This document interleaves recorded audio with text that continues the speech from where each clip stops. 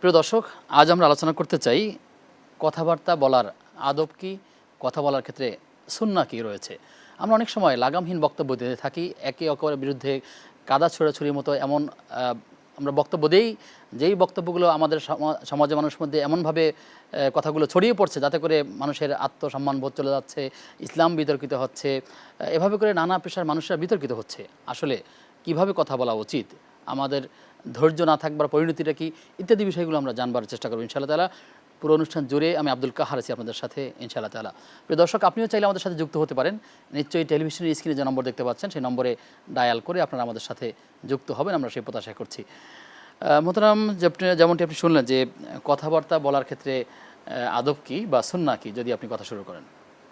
বিসমিল্লাহ, আলহামদুলিল্লাহ, আসসালাতু ওয়াসসালামু আলা রাসূলিল্লাহ ওয়া বাদ। আদবটা আল্লাহ বলে দিয়েছেন কোরআনে কারিমে, ওয়াকুলু লিন্নাসি হুসনা, মানুষের সাথে উত্তম পন্থায় কথা বলো। আবার বিতর্ক হইতে পারে, সেটাও বলে দিছে। ওয়াজাদিলহুম বিল্লাতি হিয়া আহসান, ওরা যাই বলুক, আবু জেহেল, আবু লাহাব, কাফের, মুশরিক, ফলান আল্লান, যেটাই বলুক, আপনি বিতর্ক হইতেই পারে, আপনি বিতর্ক করুন উত্তম পন্থায়। ওয়াজাদিলহুম বিল্লাতি হিয়া আহসান। আরেকটা কথা আপনি যেটা বলছেন, কাদা ছড়াছড়ি, মুহাম্মদ সাল্লামের কাছে আসেন,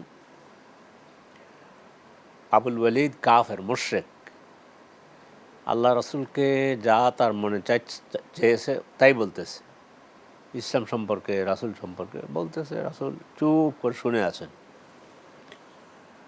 তার কথা শেষ হওয়ার পরে উনি রাসূল বলতেছেন, আফারাগ তাইয়া আবুল ওয়ালিদ, আবুল ওয়ালিদ তোমার কথা শেষ হয়েছে কি?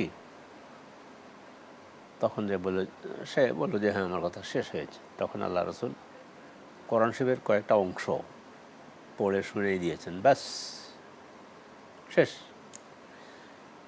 পরমত সহিষ্ণু হওয়া, এটা গুরুত্বপূর্ণ বিষয়। আরব দুনিয়াতে একটু লেখাপড়ার আল্লাহ তৌফিক দিয়েছেন। আমাদের দর্শকরা দেখতেছেন বাক্যটা, যে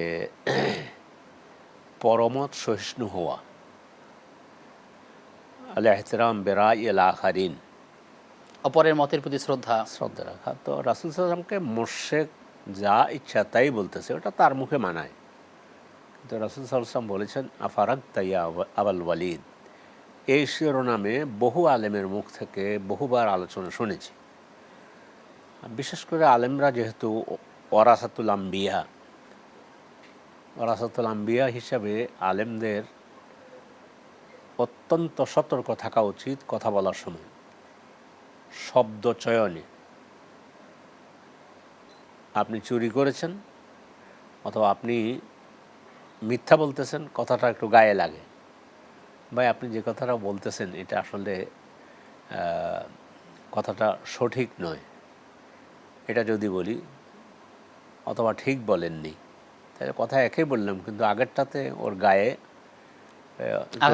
আঘাত লেগেছে। এই জন্য শব্দ চয়নে পর্যন্ত আমাদেরকে সাবধান থাকতে হবে।